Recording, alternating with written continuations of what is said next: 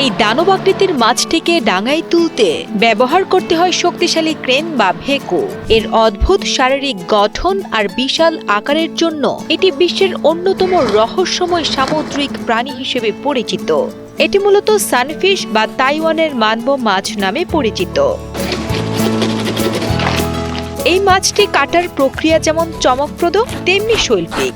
অভিজ্ঞ শেফরা অত্যন্ত দক্ষ হাতে এর পুরো চামড়া ছাড়িয়ে ভেতরের ধবধবে সাদা ও স্বচ্ছ মাংস আলাদা করেন।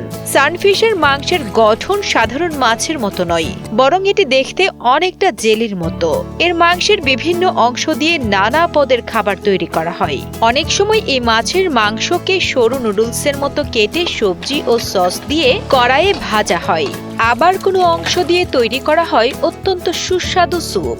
এর অন্ত্র বা পেটের অংশটিও অত্যন্ত যত্ন সহকারে পরিষ্কার করে রান্না করা হয়। সানফিশ মূলত তাইওয়ান, জাপান এবং কোরিয়ার ভোজন রসিকদের কাছে এক পরম বিলাসিতার নাম। এই মাছের মাংস অত্যন্ত চর্বিহীন এবং শরীরের জন্য পুষ্টিকর হওয়ায় স্বাস্থ্য সচেতন মানুষের কাছে এর কদর অনেক বেশি। তবে এই রাজকীয় স্বাদ নিতে হলে গুনতে হবে মোটা অঙ্কের টাকা।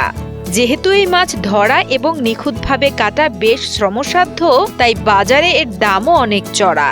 আন্তর্জাতিক বাজারে একটি বড় আকারের সানফিশের মূল্য হতে পারে কয়েক হাজার ডলার, যা বাংলাদেশি টাকায় কয়েক লাখ টাকা পর্যন্ত হতে পারে।